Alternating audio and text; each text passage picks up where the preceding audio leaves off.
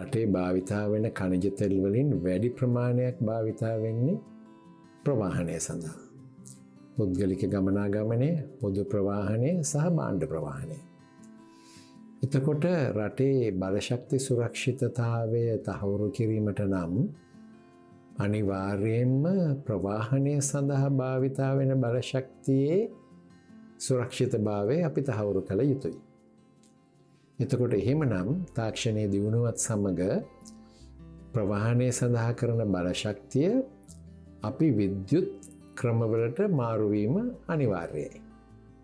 මොකද එහෙම කළොත් පමණයි දැනට 60% වන අපගේ පුනර්ජනනීය බලශක්තියෙන් භාවිතා කරන විදුලිය භාවිතා කරලා විද්‍යුත් වාහන ආරෝපණය කරලා එය ගමනාගමනය සඳහා භාවිතා කරන්න පුළුවන් වන්නේ.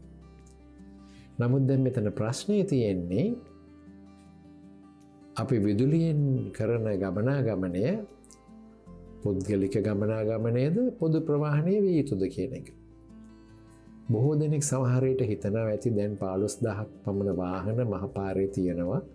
පුද්ගලික වාහන බැටරියෙන් ක්‍රියා කරන්නේ ආරෝපණය කරන්නේ ප්‍රධාන පද්ධතිය. එතකොට හැම පවුලකටම ඒ වගේ වාහනයක් ලබා දුන්නොත් මේ ප්‍රශ්නේ විසඳෙනවද කියලා. ඔබ හොඳ හැටි දන්නවා එහෙම මේ ප්‍රශ්නේ විසඳෙන්නේ නැහැ. අපි බර තැබිය යුත්තේ පොදු ප්‍රවාහනය විදුලියෙන් ක්‍රියා කරන තත්වයට ළඟා කර ගැනීමටයි.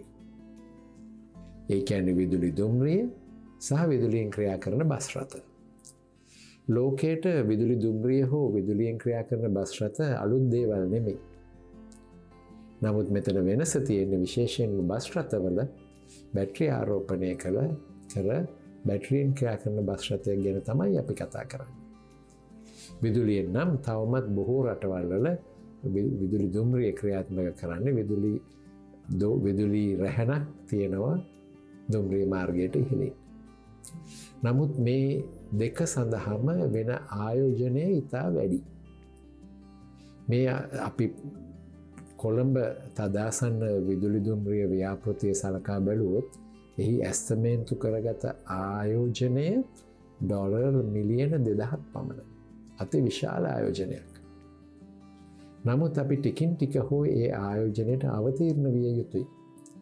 ඇයි හේතුව?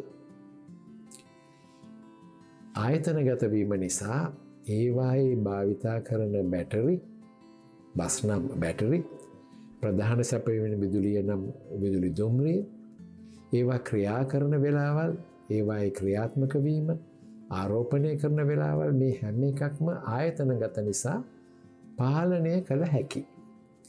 නමුත් පුද්ගලික වාහනයක් නම් ඔබ දන්නවා එය තමුන් කැමති වෙලාවක පද්ධතියට සම්බන්ධ කරලා ආරෝපණය කරන්න පුළුවන්. නමුත් පුද්ගලික වාහන ආරෝපණය කරන්නේ අනිවාර්යයෙන්ම රැටනේ. නමුත් රැටනේ විදුලිය වැඩුම ඉල්ලුම තියෙන්නේ. ඉතින් එතන ප්‍රශ්නයක් තියෙනවා. දෙවන ප්‍රශ්නය තමයි තමුන් භාවිතා කරන විදුලිය සඳහා මේ රටේ හැමෝම ඉල්ලන්නේ සහනාධාරයක්. සහනාධාර ලැබිලා තියෙනවා.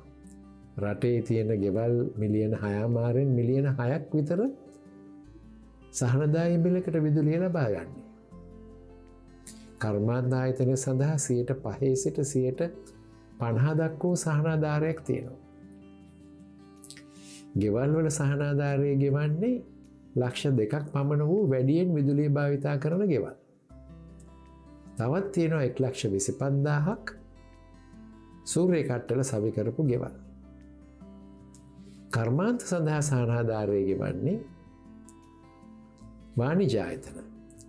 කුඩා තේ කඩේ සිට සාප්පු සංකීර්ණය දක්වා සියලුම දෙනා තමුන් භාවිතා කරන විදුලිය සඳහා සමහර විට 100%ක අමතර අධිභාරයක් ගෙවනවා. එම නිසා විදුලිය ලාභයි කියලා හිතෙන සමහර කාණ්ඩ හිතන්න පුළුවන් විදුලිය හරි ලාභයි. මම ඒකෙන් මගේ පුද්ගලික වාහනය ආරෝපණය කරලා ක්‍රියාත්මක කළොත් මම දිනුම් කියලා. නමුත් ඒක නෙමෙයි ඇත්ත తත්වය. අපේ රටේ විදුලි ඒකක මිල නිෂ්පාදන වියදම සාමාන්‍ය වියදම රුපියල් 32ක්.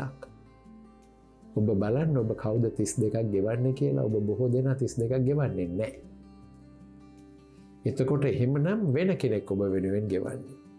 එම නිසා මේ ප්‍රශ්න සමුදායට රටේ බලශක්ති සුරක්ෂිතතාවය වැඩි දියුණු කිරීම සඳහාත් පුනර්ජනනීය බලය හොඳින් සහ කළමනාකරණය කරපු තත්ත්වය යටතේ භාවිතා කිරීම සඳහාත් අපි කළ යුත්තේ පුළුවන් ඉක්මනින් පොදු ප්‍රවාහනය විද්‍යුත්කරණයට ලක් කිරීමයි.